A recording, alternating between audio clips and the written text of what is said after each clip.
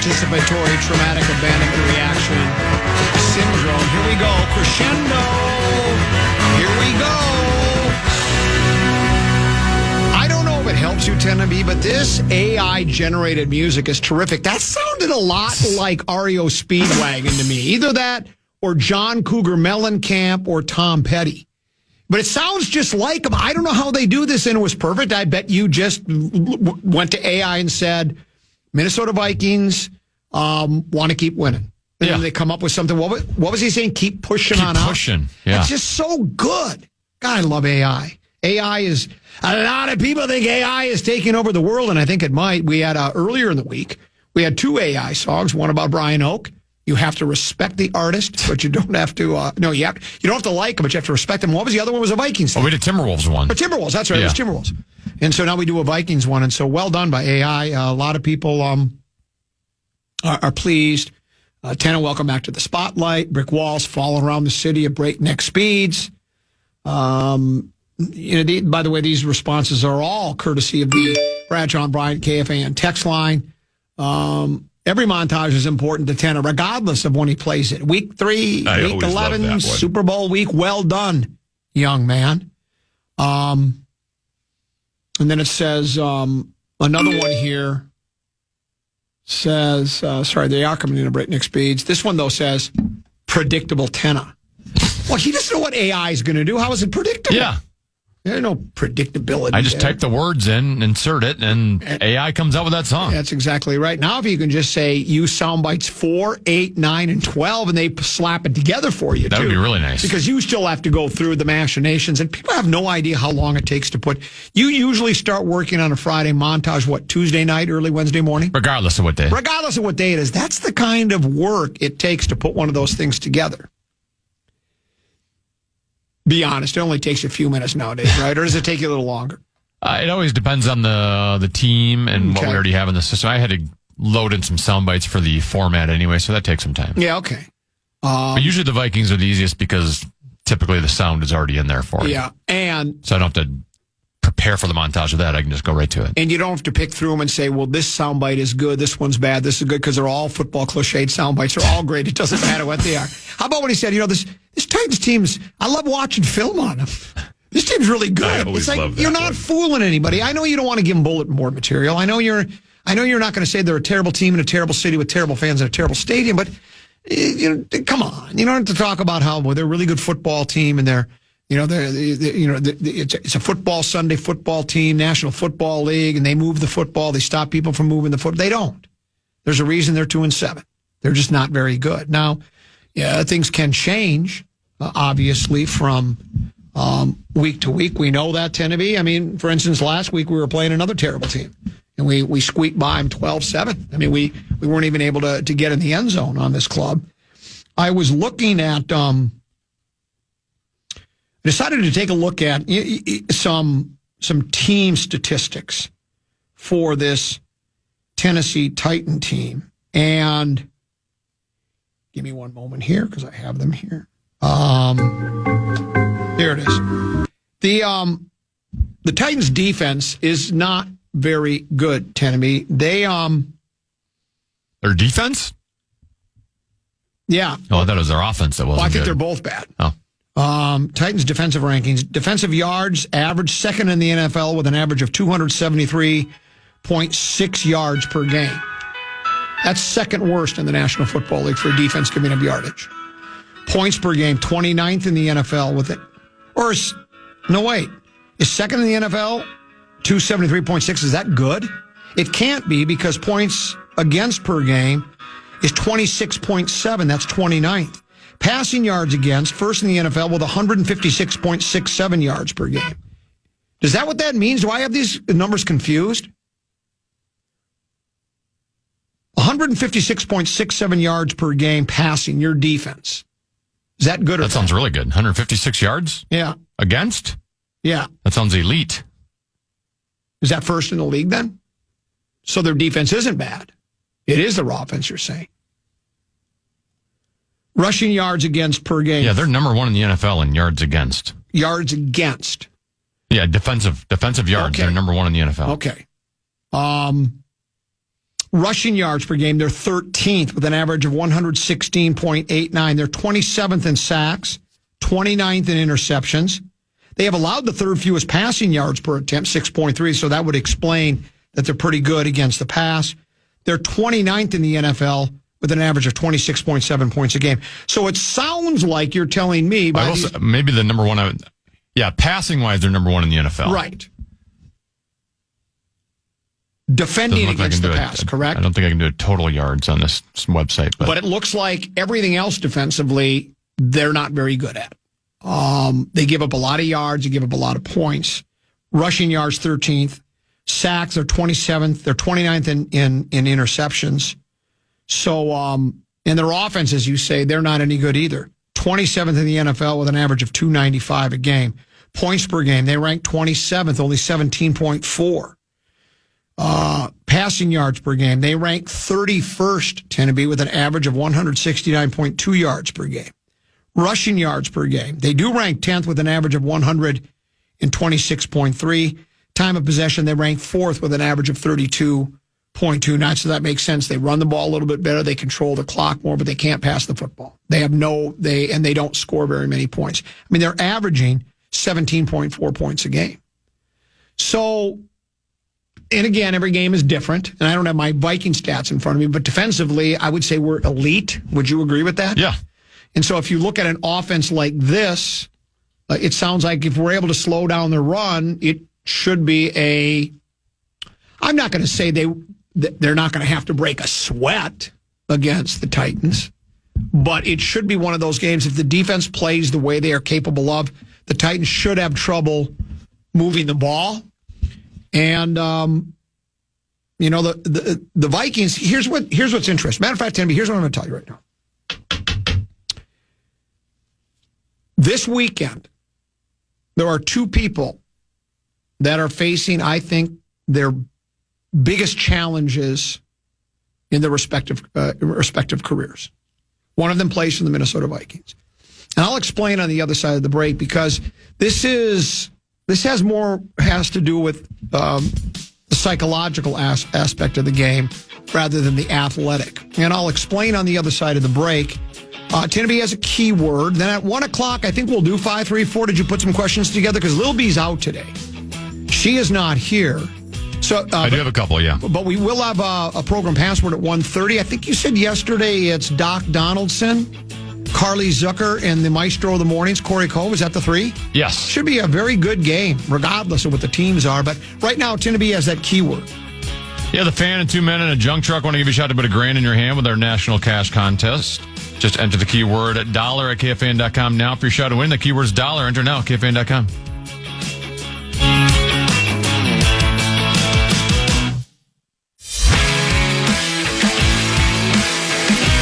Yeah.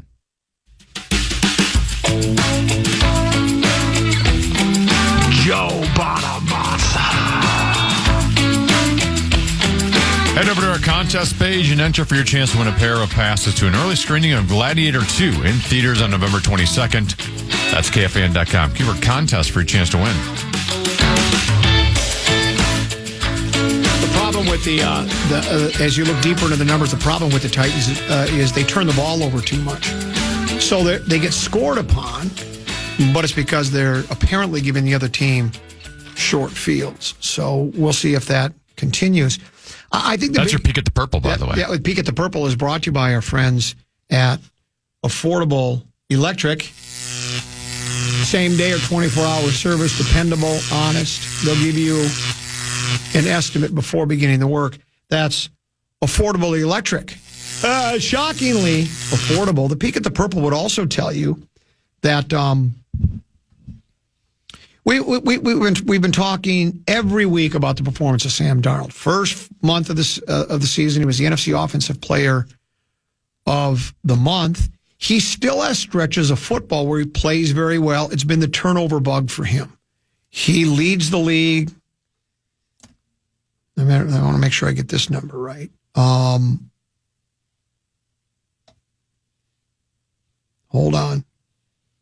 According to CBS Sports, Darnold is the first quarterback to commit at least 13 turnovers and win at least 7 of 9 games to start a season. Darnold had 3 interceptions against Jacksonville, 2 low misfires aimed at receiver Justin Jefferson in the end zone. The third was a questionable decision into tight coverage on a slant to Jefferson. Coaches have discussed refining basic fundamentals, such as keeping Darnold's feet moving with his eyes during progressions and overall game management. And it sounds like we're still doing that on the fly, right? I mean, he's been playing in the league now 2 or 3 years with the Jets, 2 or 3 years with Carolina, and he had a season on the bench watching Brock Purdy and Kyle Shanahan run a pretty efficient offense. But if we're still working on these things, you wonder, is it ever going to click? O'Connell said earlier, this is from a Fisher Out Factory West Side story, from a decision-making standpoint, just trust what's gotten him here, which is throwing the ball at a really high level, making really good decisions, using his athleticism when he needs to. But the layer of just managing the game from a standpoint of play call intent, value received on this decision I'm about to make, and the impact it's going to have on the team. That's just KOC gobbledygook for don't throw passes into tight windows and don't force things. Just don't do it. Just play smarter, right? Darnold himself said, you don't want to turn the ball over, period. But in the red zone, understanding we're having points. For me, I've just got to continue to take what they give me. And if I'm going to force one in there, make it an us or nobody throw. Instead of, so if you're throwing the back of the end zone, it's either JJ's going to make, or Addison's, or Hawkins is going to make a spectacular catch. If they don't, then it's going to be incomplete. But here's what it's the psychological part of the game, tend to be, that I wonder about. Let's face it, locally, and even with what the coach is talking about still trying to do the things you used to do that apparently made you good, playing within yourself, making the proper decisions. You start to wonder if the most important thing for Darnold, it's inside of his head right now. And how important does this game become? You know, it's again, you're on the road against a lesser team.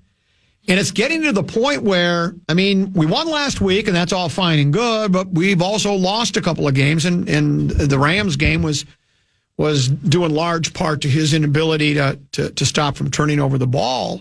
And you wonder what his mindset's, I mean, could he be thinking to himself, my best football's ahead of me, it's behind me, this is an important game, if I play poorly again, and then do you play tight? Because we always just talk about, well, the guy's got the athletic ability, you got the game plan, you got the weapons, you got the line and all that, and the coaching staff. But then you just start to wonder how much pressure a guy puts on himself. Because he's got to feel it, right? I mean, it's talked about by the media, by the fans, even the coach himself talking about he's got to start doing the little things right. And you just wonder, does long term, does the guy have, am I making sense of what I'm trying to say? Does this guy, how important is this game and even the next couple of games? Because if he continues to turn the ball over like this, and then as he's playing, does he become even tighter? And does he start not, you know what I'm saying, trying to be so careful that he doesn't wing it around the field as well? I think it's a tough, I think he's in a really, I don't know how mentally tough he is, but I think he's in a difficult situation. If we want to go down the psychological road and we want to maybe say mental toughness is an issue, could the loss of Christian Darrisaw be contributing to that, right? Like Darrisaw got hurt in the middle of that Rams game. Other than the 2 interceptions against the Colts, he did play well the rest of the game. Yep. He just had the bad turnovers, and then obviously Jacksonville, he played bad and had bad turnovers. But, those interceptions have picked up ever since Darrisaw has been out of the lineup.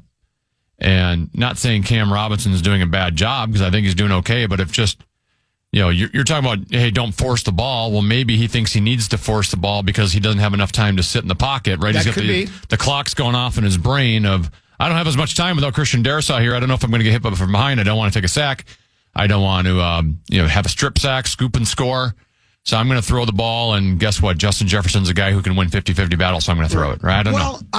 And that's part of the psychological part, but I guess what I'm trying to get to on the psychological part is he at a crossroads in his career right now?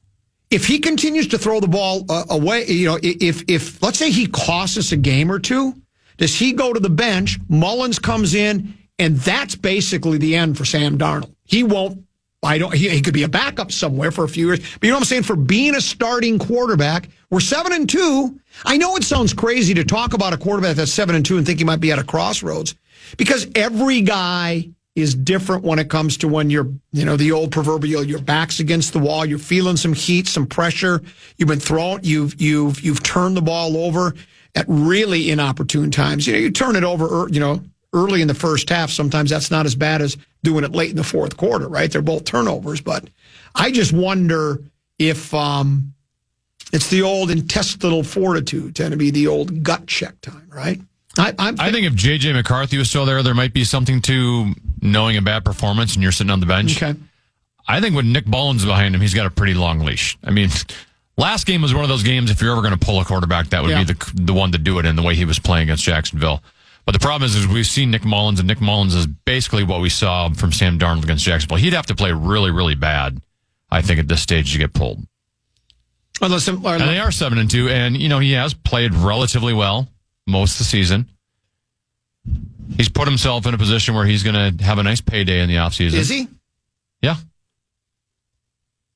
I think the rest of the season will play a large part. Well, of course it will. I'm speaking as of this moment, as of November 15th. I cannot see the future of what's going to happen the next 2 months. But that's why I can't say he's going to get a large paycheck either, because I think what happens in the second half of the season is going to be incredibly important. I guess I'm talking about self-imposed pressure. Maybe I'm not making myself clear. Maybe he doesn't have any. So he doesn't think Mullins is staring over his shoulder, but he knows that if he doesn't up his level and start turning the ball over, he ain't going to be a starting quarterback in this league. And there are guys all over the league that are in that same situation that have had an opportunity to be. He got basically a new lease on life by coming here to Minnesota because the Jets had given up on him. Right? How many guys get that many chances? How many quarterbacks are out there that, boy, he's on his third team, fourth team, and all of a sudden he blossoms into a quality quarterback? It doesn't seem like it happens very often. And so I just think, and that just depends and that's what I'm saying, if you could just get into a guy's head, how confident is he still? Does he think he has it? Or like I say, is there a lot of self-imposed pressure? He goes, if I keep turning the ball over, we lose some games and it doesn't turn out like I want. McCarthy probably is in next year, and I might have trouble finding a starting job somewhere. It could be a backup. A lot of guys do it. But I think the next few weeks are going to say a lot about who he is psychologically. He's got the arm strength. They always say arm talent. We know that. He's got that. He can throw the ball. He can spin it, as the kids would say. I'm just wondering. I just think at that level of the business, when there's only 32 starting jobs and you want one of them, then they're hard to keep because there's young guys coming out all the time. We'll see. I think it would really benefit him, obviously, in the team if he could have a game or two without any turnovers. I guess my point is I'm sure there is that self-imposed pressure, but I think his stock is up from where it was previously. Now that stock can go back down. Correct. His stock is up, no doubt. Yeah. But I think it's slowly being chipped away at because of what's happened. And we talked about the turnovers. He's turning the ball over at an alarming rate right now. And it was, and it's like you say, it could be for a number of reasons. Darisaw, Jefferson, what you just talked about. So it's a big game. They're all big at this time. You'll hear that game on this radio station. Our coverage Sunday morning at 10. I'll be here for the kaboom shortly after noon, right here on the Fan.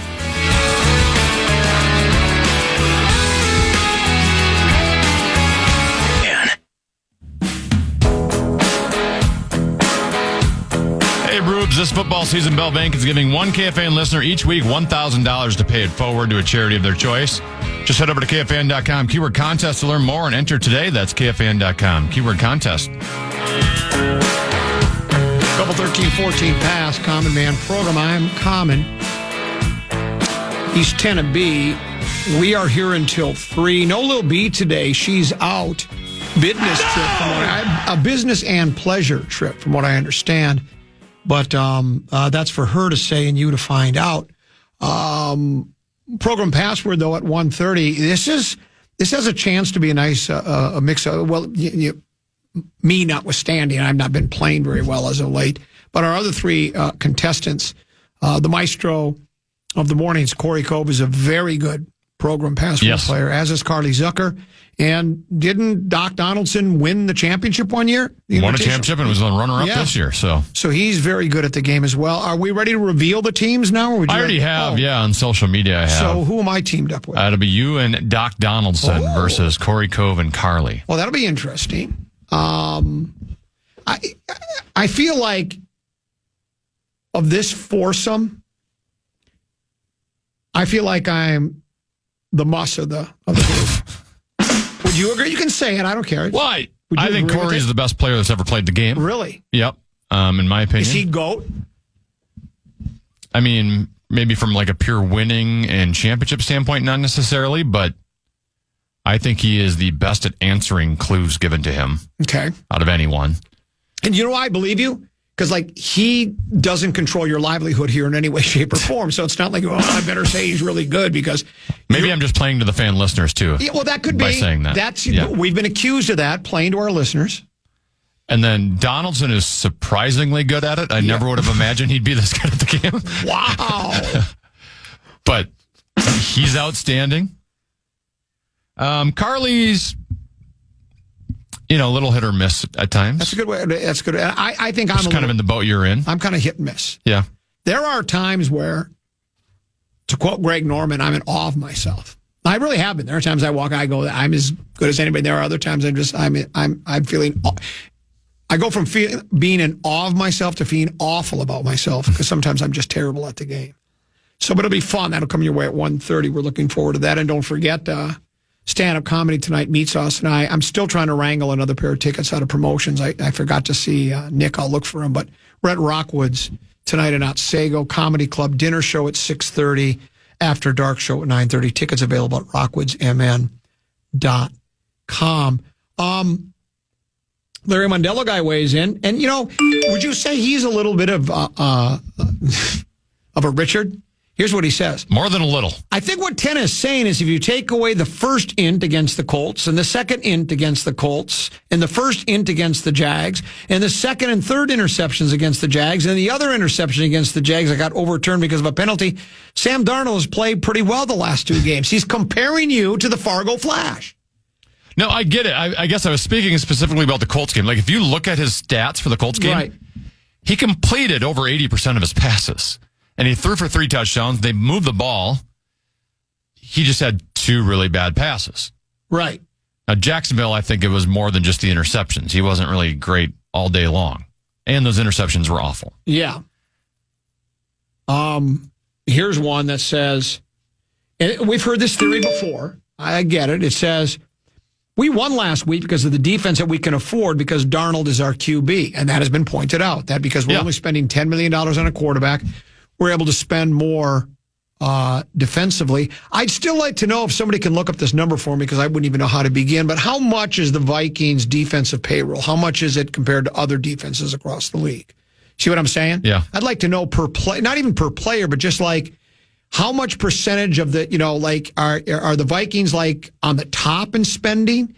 Because I have to admit, a lot of the names we acquired, like I had heard of Van Ginkel and Grenard and some of the other players. But when we acquired them, I didn't go, hot dang, I can't believe we got that guy. That's one of the best defensive players in the league. Blake Cashman, I know he had a terrific year with the Texans last year, but I wasn't looking at that as what's a cure-all. So I certainly missed the boat on those 3 and other players that have been contributing to this Vikings defense. And then you wonder, well, how much is it with the coach putting the players in the right positions? Vikings defense, I think, overall is ranked number 1. And again, looking ahead, does Flores leave after this season? There's talk about the same thing in Detroit. Ben Johnson is their defensive coordinator. I read a piece on him offensive coordinator. Their defensive coordinator is Johnson's offense. Whose defense? Played for the Buccaneers. He was a defensive back. My mind's drawing a blank. Aaron Glenn. The Lions' defense is playing much better. He interviewed for 4 jobs last year, I think, 4 or 5 jobs at the end of the season. when he first came there, that defense was terrible, and he was catching a lot of heat for it. I saw a quote, I just saw this video the other day from Dan Campbell back in like 2022, I think it was dated, where he was talking about, who'd you just say? Aaron Glenn. Aaron Glenn. You know what he said about Aaron Glenn? He goes, yeah, Aaron Glenn, he says, if he were to leave and he's going to get a job sometime, I'd be happy for him. He goes, I'd feel like I'm walking around without my pants on. This quote, which is pretty funny. It got some laughter out of those assembled. But he was offered a number of jobs apparently last season. So your best coordinators are going to eventually go. Glenn's going to go. Ben Johnson's going to go. I think Flores is going to go. I think he's going to get in. I know there are those that say, well, this lawsuit and how it all ended in Miami and accusations here and accusations there. I still think he's going to get a job somewhere. And then you wonder, then you do find out, well, how much did this coordinator really mean? Let's say Flores was to leave after this season and the Vikings bring back pretty much the same personnel, maybe couple of subtractions, couple of additions. How good will they really be? I guess, how much of that has to do with the coordinator remains to be seen. There's another text message that came in and said, see, you're thinking like a GM. It's in his brain talking about Darnold. He needs reassurance. He needs love from fans, coaches, and players. That's why I'll take him every day over Goff. You're never going to win it all with Goff. Sorry, me boy. And I don't think they will win it all with Goff. And I think it goes beyond Goff. I think it's the curse of Bobby Lane. When they traded Bobby Lane in 1958, I think it was, or 59, Bobby Lane, they traded him to Pittsburgh, their quarterback. And you know what Bobby Lane said to me? You'll never win another championship in Detroit. They haven't won one since. It's the curse of Bobby Lane.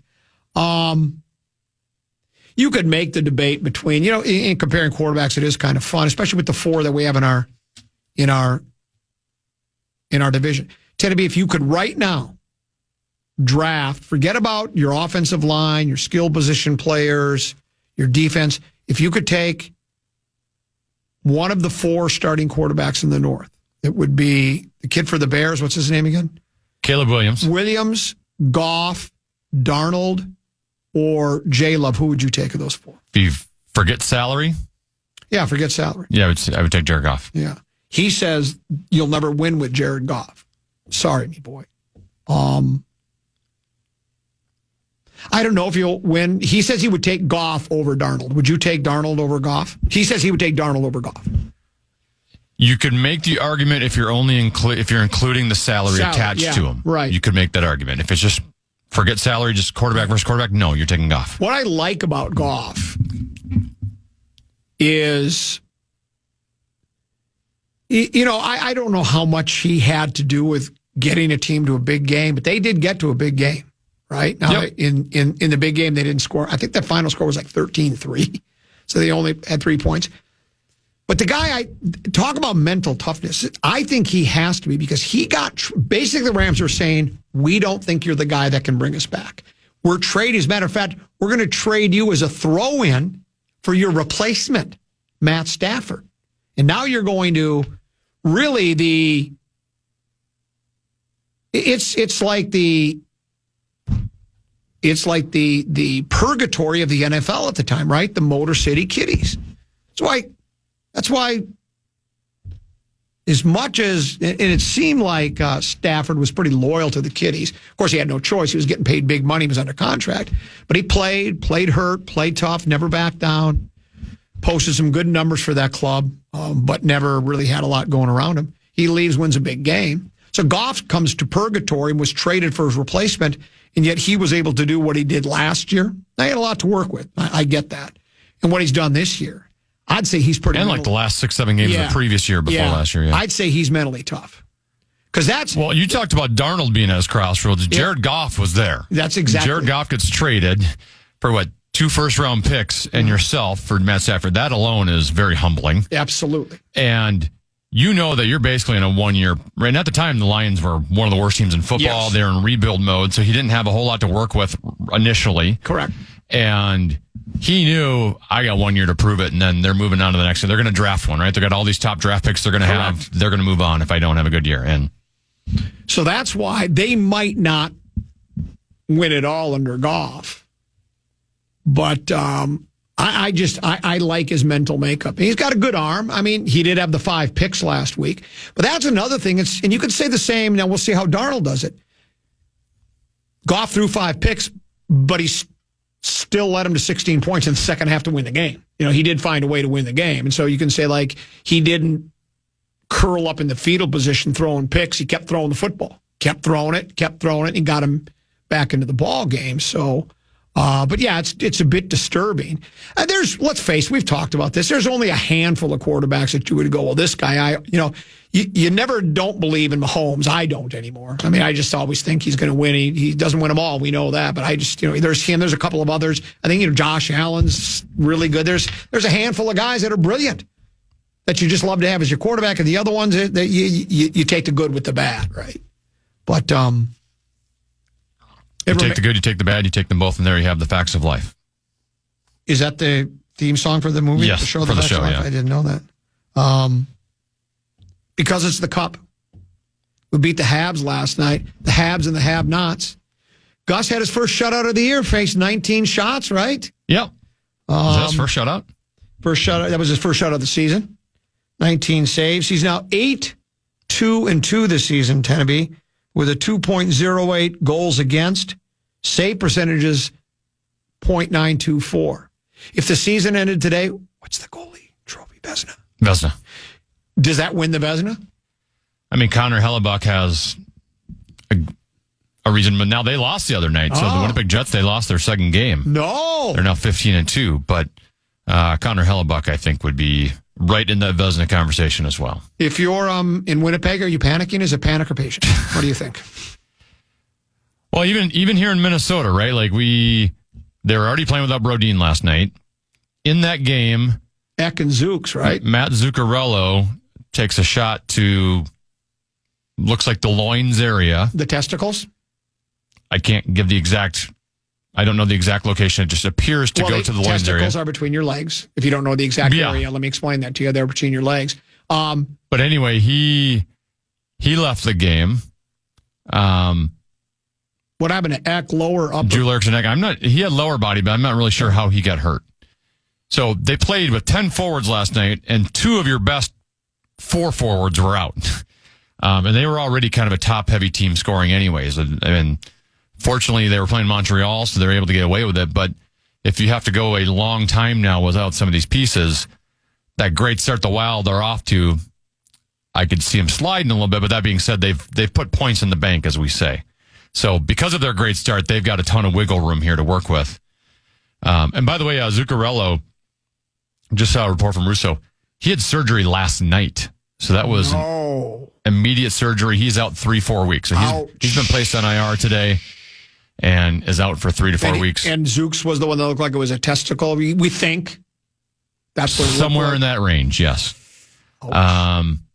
Erickson Eck, by the way, and Brodin both listed as day-to-day, so hopefully the Erickson Eck one's not as bad. How bad do you miss Zooks? I mean, have they been doing that same line, game in, game out, where was it Zooks and Caps and Rossi? They did split them up in the third period of the Chicago game because they were playing so poorly. Okay. But they were slated to start with each other last night, but Zuccarello did not last very long in that game. I think he was hurt in the first period. And like I said, Zuccarello and Erickson Eck are 2 of your top 4 forwards. After those top 4, they don't have a ton from a scoring standpoint. It's not like they have someone in their bottom 6 that's just going to emerge and become a scorer for them. So, and we all know Kaprizov and Zuccarello just have that magic between each other. I'm assuming you're going to see a lot of Kaprizov with Boldy now. Well, I wanted to ask you about him too. But go ahead. But then, you're gonna load up your one line, and then you're not going to get a whole lot of scoring elsewhere. 2 things. Someone says it was the second shutout for Gus, and maybe it was. Then it was reported wrong because I saw it in print and put it in my notebook page. So again, I don't know how many shutouts he has. I just know he's had a very good season, so it wouldn't surprise me if he had. I'm throwing somebody else under the bus, not Gus, but I'm throwing somebody else under the bus for reporting it was his first shutout of the season. Was it a reporter that reported it, or one of your rubes? It was in a fish wrap. It was one of the fish wraps. It does look like it was his first shutout. Thank you. So the text messenger, you're wrong. Yeah, I'm looking at his game log. He's had 4 1-goal games. There you go. Thank you. So I had 4 2-goal games, but yes, last night was his first shutout of this season. If we were doing program password right now and I said accuracy, what would your response be? Program. Correct. Yeah, common. Because that's what we are. We're accurate. We don't throw misinformation out there. Boldy had his 5th game-winning goal of the season. I think that leads the NHL or is tied for the lead in the NHL. He has 12 points in his past 12 games. And he's tied for the team lead in goals with Caps. I just call him Caps. Kaprizov, we got a good vibe. With 10. I call him Dollar Bill Carell. You call him Dollar Bill Carell. I call him Caps. Let me ask you a question about Boldy. Is this like, whoa, where did this come from? Or is it, because, I'm not paying as close attention to the Wild in general and specifically Boldy's career. Is this normal for Boldy, or is he? I mean, they sound like this sounds like one of the best offensive players in the league to this point. Is that right? What do we know? Well, the amazing thing is he's 23 years old. It seems like he's older than that because he's been on the roster now for 3-4 seasons. He entered the league at a young age. Has shown to be a very good player, but you're still wondering if there was still another level to him just because of his age. And I think so far, kind of started last year when Hines took over. He had a really slow start to last season, and Hines came in, and then he played on the line with Kaprizov for a good chunk of last year, and those two together are really, really good. There's a lot of players when Kaprizov's on the ice, they like to defer to Kaprizov, right? Like, there's 97, I got to get him the puck. I think Rossi did a lot of that last year when he would play on that line, and he's gotten a little more assertive. But Boldy's the one guy that, Kaprizov's a really good player, but I'm a good player too. And he just has that mentality on the ice. Doesn't mean he doesn't pass to Kaprizov at times, but he knows, all right, here's the time where I got to shoot. And the goal he scored last night was, frankly, just an unbelievable play from Kaprizov and Johansson. Kaprizov had like a little spin-around pass to Johansson on the back door, who just had an immediate one-touch to Boldy on the other side on the back door. That was a phenomenal play after they had kind of struggled offensively for a good chunk of that game last night. But, Boldy's a star. It's just a matter of whether he can reach superstar. And they've already talked about him, being a guy who could be on Team USA during the Four Nations Cup next year or this upcoming year and the Olympics eventually in 2 years. And I do think he is emerging into being that territory. And this team, frankly, needs him to be, right? They have Kaprizov. They need more star power than Kaprizov, and I do think Boldy is going to provide that. Only 23. It's crazy. How many years in the league? I don't know exactly. I would guess 3 or 4. At 23, tell me, what were you doing? I was sitting around the house getting high and watching the tube.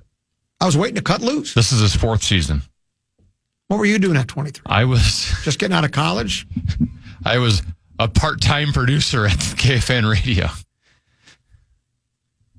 Wow. You both love hockey. Your careers went in different directions when it came to hockey, it sounds like. He's slightly more... I've heard he's a really good golfer, too. Really? Yeah, like phenomenal golfer. Well, bring it on. Yeah, well, be careful what you ask for. Well... But at the age of 21, he was a 31-goal scorer. Last year, at the age of 22, he was a 29-goal scorer. He's already got 10 here in 16 games. Let me ask you something. He might have a 40-goal season in him. Let me ask you something, Timmy. What other former Wild player we thought was a really good golfer? Wes Walz. What happened when Walsey and I went head-to-head? You bested him. So, And then he wanted a rematch. Yeah. And then we tied. You tied on the rematch. How about Boldy and I going at it? Remember when I called when I asked Big Meow if we'd play for my year's salary against his year's salary? And he went, I don't think that'd be a good idea for me. And I don't think it was because he thought he was going to lose. I guess he just thought if I did lose somehow, some way,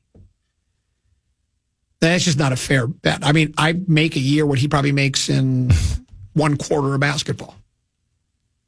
Maybe not even a quarter. Maybe it's like the first 5 minutes of the game. Maybe it's just the pregame introductions. Ladies and gentlemen, he's Bodega Cat, Carl Anthony Towns. And then they write a check for what I make a year and hand it to him. There you go. So it would not have been a good deal for him. But hey, it's neither. The Wes Walz one was still my favorite because we were just casually the three of us playing together. He had no idea. And you even said to me on the golf cart, he said, if I beat him today, I'm going to say I'm a better athlete than him on the show. That I did. And then he beat him. He was listening. Yeah. Got really bitter. Started texting me because he's super competitive. Well, I thought, maybe I got it wrong. I thought people called him and said, Common's dissing you on the air. And then he called you. He said, what's he doing? Yeah.